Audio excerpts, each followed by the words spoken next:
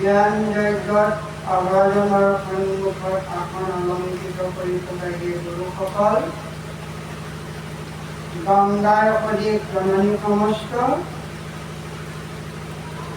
প্ৰাণৰ বান্ধৱ আছে গুৰুসকল, জয় জয়তে আমি আপোনালোকৰ চৰণ কমলত কৰভাৱে ভক্তি সেৱা নিবেদন কৰিলোঁ। আজি আমাৰ সমস্তৰে এটা সৌভাগ্য দিন পাইছোঁ। সন্মানীয় ৰমেশ নাথদেৱৰ বাসভৱনত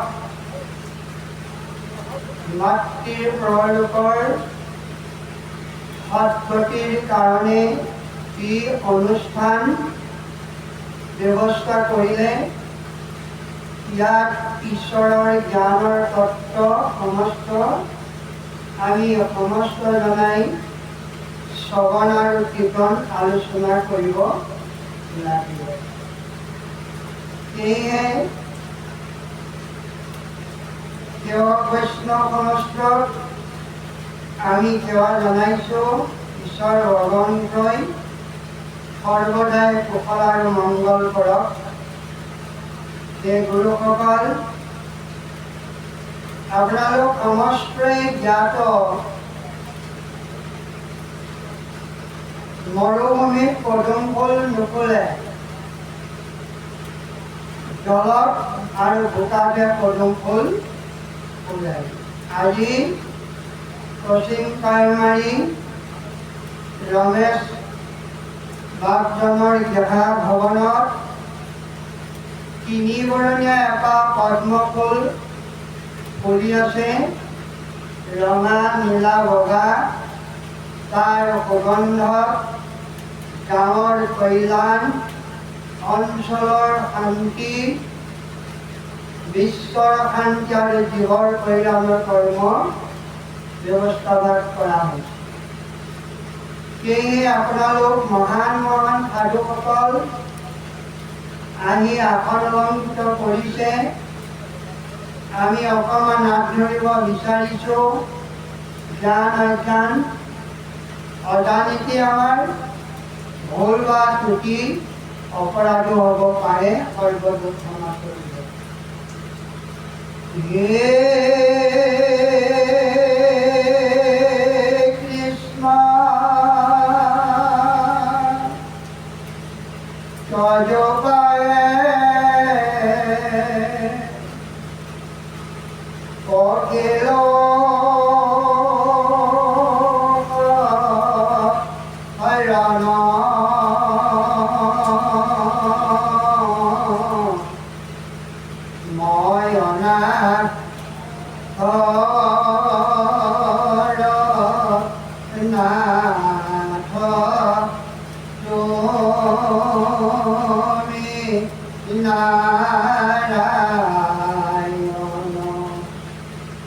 কৃষ্ণ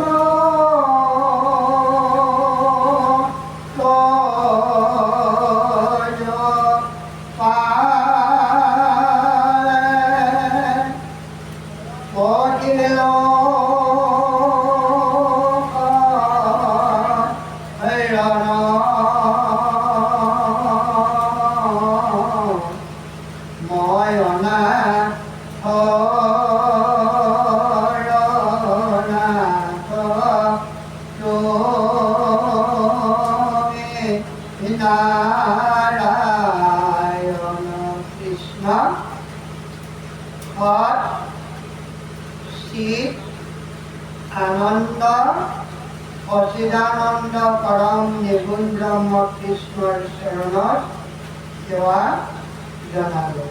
এই গুৰুসকল, কীৰ্তনৰ প্ৰথম অধ্যায় ঘোষাচন্দই শিৱতৰণৰ উপায় সিদ্ধান্ত দিলে প্ৰভুৰ নাম। এই ১৯৫ কীৰ্তনৰ পদৰ অগ্ৰভাগত থকা ঘোষাসমূহ হ'ল ঈশ্বৰ, গুণানুকীৰ্তন পৰম কৃপালু শ্ৰীমন্ত শংকৰ গুৰুজনাই ঘোষাচন্দে আমাক দিলে নামৰ আইনে প্ৰচাৰ কৰিব আমি সমস্তই লাগিব কৰি আনিছোঁ।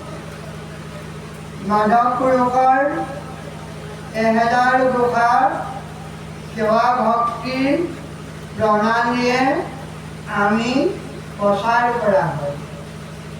এই ঘোষাভাগত পঞ্চ শব্দ দিলে মূল, তাৰ আগত এটা শব্দ দিলে জয়।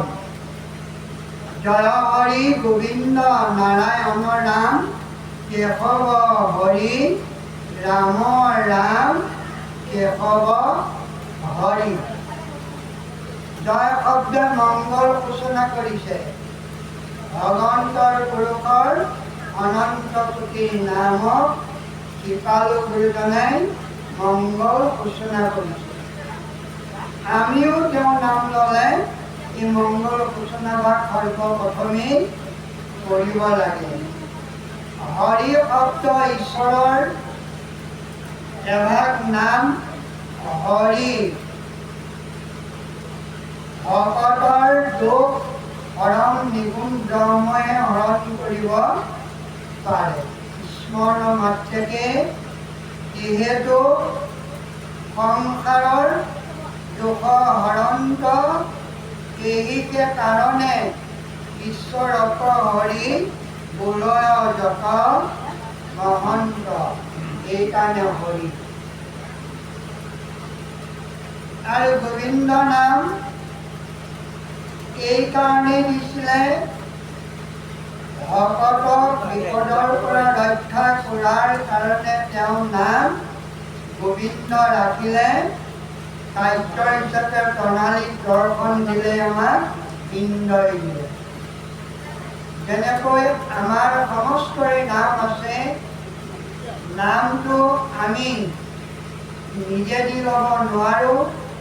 পিতৃ মাতৃ জ্যেষ্ঠ সমস্তই জ্ঞানীসকলৰ দ্বাৰা জ্ঞান লৈ অক্ষৰ ব্ৰহ্মৰ এটা অক্ষৰ ব্ৰহ্মৰ লগত সংযোগ কৰি আমাৰ নাম সমস্ত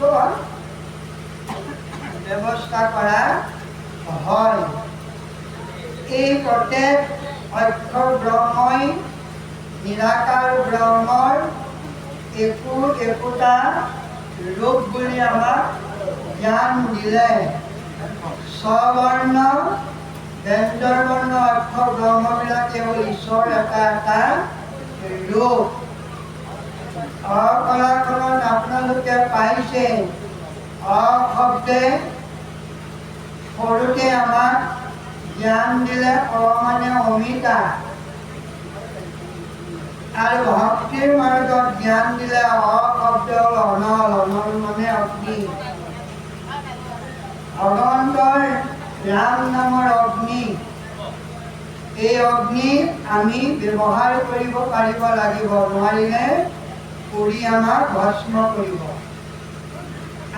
শব্দে আত্মা বুলি কৈছে, যাক আমি দৰ্শন কৰিব নোৱাৰোঁ।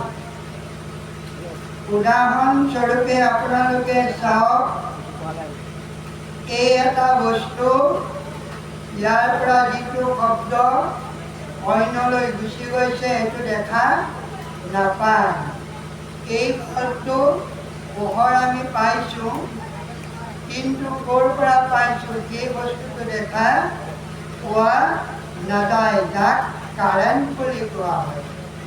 আমাৰ এই সংসাৰত এই পৰমাত্মা অনুকূল বায়ুৰূপে আছে, সেইজনকে আত্মা বুলি কোৱা হৈছে, পৰম আত্মা। আৰু আত্মা হ'ল জীৱাত্মা। গতিকে শব্দে আত্মাক বুজাইছে। ই শব্দই ভক্তিৰ মাৰ্গত বুজাই আছে ঐশ্বৰিক শক্তি, ঈশ্বৰ। সমান কাৰেণ্টত হাত লাগিলে আৰু ঘূৰি নাহে, হয়নে? গতিকে সেইকাৰণে ঐশ্বৰিক শক্তিকে ঈশ্বৰ বুলি কোৱা হয়। দীঘৰী সম্পূৰ্ণ ৰূপটো আমি দৰ্শন পাই গ'লোঁ ঈশ্বৰ। ঈশ্বৰৰ শব্দটো লিখোঁতে দীঘলী ব্যৱহাৰ হয় ঈশ্বৰ। আমি এই আত্মাসমূহক সদায় ঈশ্বৰ ৰূপত দৰ্শন কৰি পদত সেৱা কৰিব পাৰিব লাগিব, সেয়ে আমাক জ্ঞান দিলে। আৰু হুঁচৰে বুজাই আছে আমি ঈশ্বৰৰ নাম ল'ব নোৱাৰোঁ, আমাৰ দেহৰ কিছু সম্পদে আমাক বাধা দি আছে। সেইটো হ'ল ছটা উৰ্মি বুলি কোৱা হৈছে। কোপ, মোহ, জৰা, ক্ৰোধা, তৃষ্ণা, মৃত্যু। দীঘলে বুজাই আছে উষ্ণ তাপ। আমাৰ প্ৰত্যেকৰে দেহত তিনি তাপত আমি ভৰ্তি আছোঁ। এই তিনিটা তাপ হ'ল আধ্যাত্মিক তাপ, আদি দৈবিক, আদি ভৌতিক। এই তিনি তাপৰ পৰা পৰিত্ৰাণ পালে তেতিয়া আমি আগৰ দিনৰ ঋষিমুনিসকলে যি ব্ৰত পালন কৰি ঈশ্বৰৰ নাম তত্ত্ব লৈছিল, সেইকাৰণে ঋ বুলি কোৱা হৈছিল। আমি তেনেধৰণে সেই ব্ৰত ধ্যান কৰি পালন কৰি ঈশ্বৰৰ নাম ল'ব পাৰিলে আত্মাক, পৰম আত্মাক আমি দৰ্শন কৰিব পাৰোঁ। এইটোৱে কৈছে গোবিন্দৰ নামটো দিলে ভকতক ৰক্ষা কৰাৰ কাৰণে। অহয় গোবিন্দ মিশ্ৰ মহিমা কৃষ্ণৰ, সকলো ঢাকে যিটো ৰাখিলা মন্দাৰ। দামহাতে খাটৰ দিন গোবৰ্ধন ধৰি, লীলাই ৰাখিলা বৰ্জক মুৰাৰী। ইন্দ্ৰ পূজাক আপুনি ভোট দিলা, কোনে বুজিব ইটো ঈশ্বৰৰ লীলা। যুদ্ধ আদি ইন্দ্ৰ নামক ফলন্ত গোবিন্দ, শিৰে বন্দময় তানক চৰণৰ বিন্দ। সেইদিনাৰ পৰা গোবিন্দ নাম ভগৱন্ত গোবিন্দ বুলি কোৱা হয়। নাৰায়ণ, এই নাৰায়ণ নামটো আমাক সৰ্বপ্ৰথমে কীৰ্তন শাস্ত্ৰত দিলে। আমি শিশুৰ পৰা বৃদ্ধলৈ ঈশ্বৰৰ নাম জিভাত প্ৰকাশ হয়। জানিয়ে কওক, অজানিতেই কওক কৃষ্ণ। কিন্তু তত্ত্বৰূপত আমি নাম প্ৰকাশ কৰিব লাগিব নাৰায়ণ।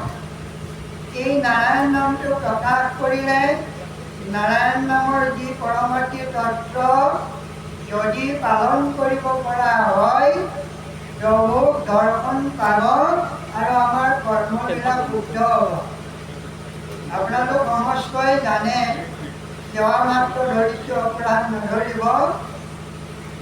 এই নাৰায়ণ নামটো আমাক কৈছে, ঘোষাত দিছে মাধৱ পুৰুষে। অপৰাধ বিনাশন যজু নাম নাৰায়ণ, জানি নামে পঠিলো শৰণে, আনগতি নাহিকে মৰণে।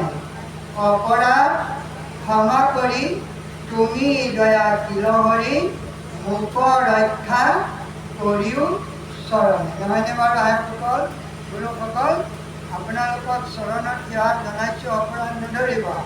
জানি নামে পকিলো শৰণে, কি নাম জানি আমি শৰণে পকিম বাৰু? কৃষ্ণ।